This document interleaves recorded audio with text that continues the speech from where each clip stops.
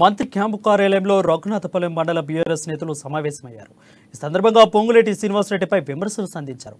ఎంపీగా ఉన్నప్పుడు ఏమీ చేయలేదని, రౌడీ షీట్లను వెంట పెట్టుకుని తిరుగుతున్నారని అన్నారు. పువ్వాడచే ప్రజాదరణ ఉన్న నాయకుడని, కొందరు కావాలని ఆరోపణలు చేస్తున్నారని మండిపడ్డారు.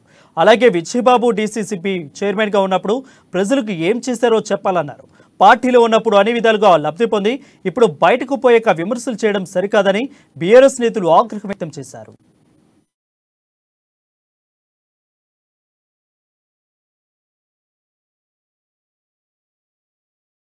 ఖమ్మంలో జరుగుతున్న అవాకులు చవాకులు పెళ్తున్న నాయకులకి రఘునాథపాలెం మండలం తరపున, ఖమ్మం కాన్స్టిట్యున్సీ తరపున ఒకటే చెప్పదలుచుకున్నా. నేను మండల పార్టీ అధ్యక్షుడిగా అజయ్ కుమార్ గారికి ఇవాళ జనబలం గాని, ఆదరణ గాని, అట్లాంటి నాయకుడిని ఇవాళ ప్రజలందరూ బ్రహ్మరథం పడతా ఉంటే వీళ్ళు ఒక ముఠాగా ఏర్పడి ఒక సెంట్రల్ బ్యాంకు చైర్మన్, మాజీ చైర్మన్, ఆయన 5 సంవత్సరాలు సెంట్రల్ బ్యాంకు చైర్మన్ చేసినప్పుడు ఈ జిల్లాకు గానీ ఈ కాన్స్టిట్యున్సీకి గానీ ఏం చేసిండని చెప్పి ముక్కుసూటిగా నేను అడుగుతా ఉన్నాను. ఏదైతే మాజీ ఎంపీ పొంగులేటి శ్రీనివాసరెడ్డి గారు కేసీఆర్ గారిని దింపుతా అని చెప్పటాన్ని మేము తీవ్రంగా ఖండిస్తా ఉన్నాం. ఆయన అవాకులు చవాకులు ఇప్పటికైనా మానాలి. కేసీఆర్ దగ్గర వచ్చి కేసీఆర్ చేరేటప్పుడే చెప్పాడు, కేసీఆర్ గారు సంక్షేమ పథకాలు, కేసీఆర్ గారి యొక్క అన్ని రకాల పథకాలు నచ్చి నేను ఆనాడున్న టీఆర్ఎస్ పార్టీలో చేరతానని చెప్పిన వ్యక్తి ఇవాళ నేను కేసీఆర్ గారిని దింపుతా అంటే హాస్యాస్పదం. అది కేసీఆర్ గారు చేసినటువంటి పనులు ఇతర రాష్ట్రాలు అన్ని